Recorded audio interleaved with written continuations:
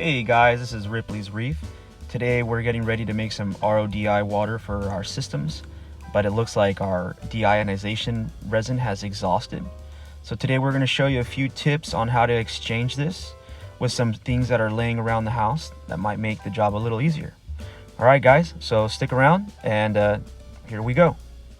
So we've removed the line from the RO membrane going into the deionization filter and the outlet portion of it from the top of the filter, allowing it to be removed for replacement.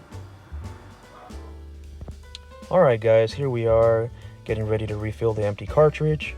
We're going to be using this empty bottle here as a funnel, and what you'll need is the pair of sharp scissors so that you can get that going.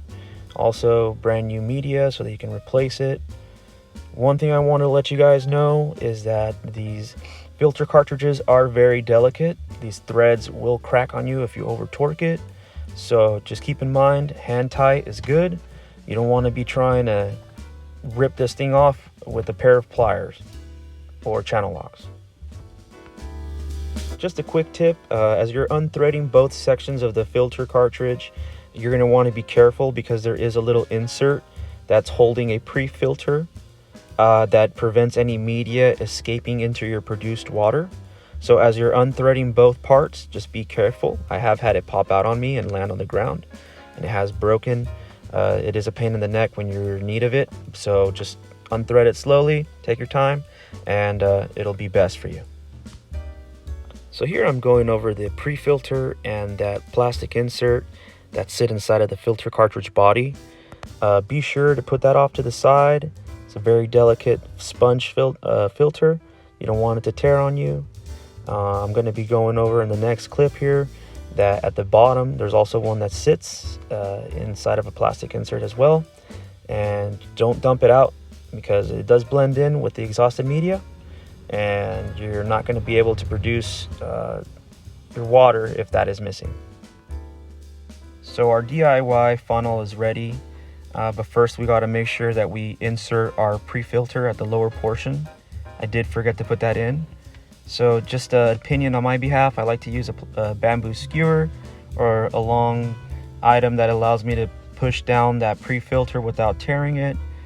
Just be careful when you're seating it because it is a delicate material and it will tear on you. Once we have that lower filter sponge installed, we can go ahead and put the funnel back on and start refilling our cartridge. Take your time when you're doing this. You want it to be a trickling versus just one all at once. In the past I've had that and it doesn't seat well. So you want to take your time, give it a few taps so that it's nice and packed, and continue refilling the cartridge. Make sure that once you get closer to the top, you gauge what's necessary so that you're not having all this media spill on the floor, and you're efficient when refilling these. So here I can see that it's starting to get full, and I start to wiggle out whatever is left in there, and so that the plastic insert and filter don't have trouble fitting in there once the cap has been sealed on this filter body. Give it a few taps so that there's no movement.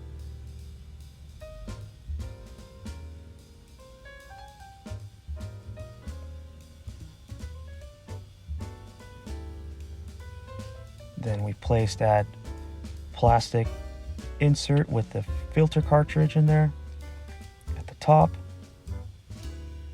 Make sure you press down firmly. It looks like it's seating well. Then we can go ahead and put our gasket back on the collar and get our cap for the filter cartridge and thread on slowly. Hand tight is good enough for me.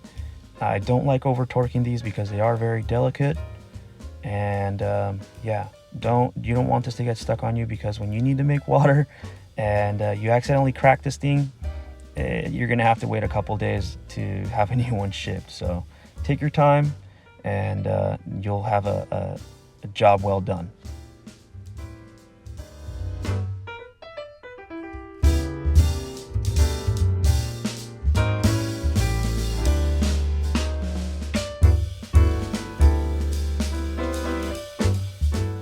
So now that we have a refilled DI cartridge, we're going to go ahead and install it back onto its holders. You can go ahead and snap that back in place.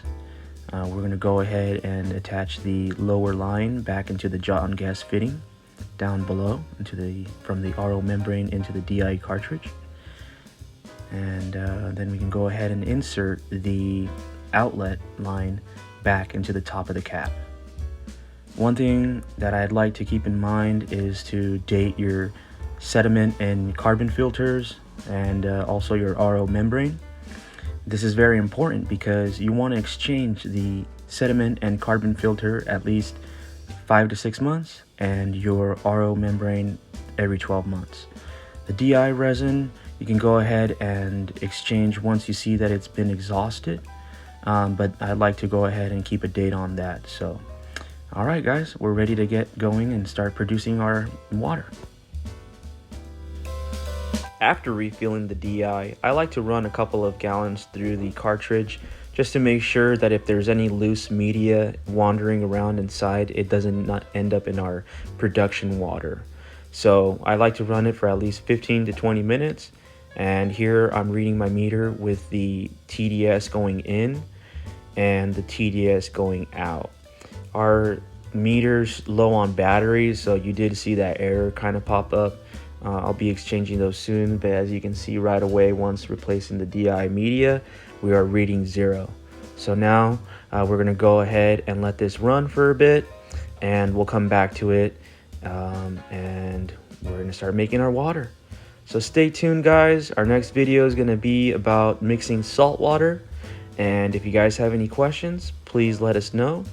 If you can, like and subscribe, and stay tuned for our weekly videos. Thank you so much, and we look forward to seeing you guys soon. Bye.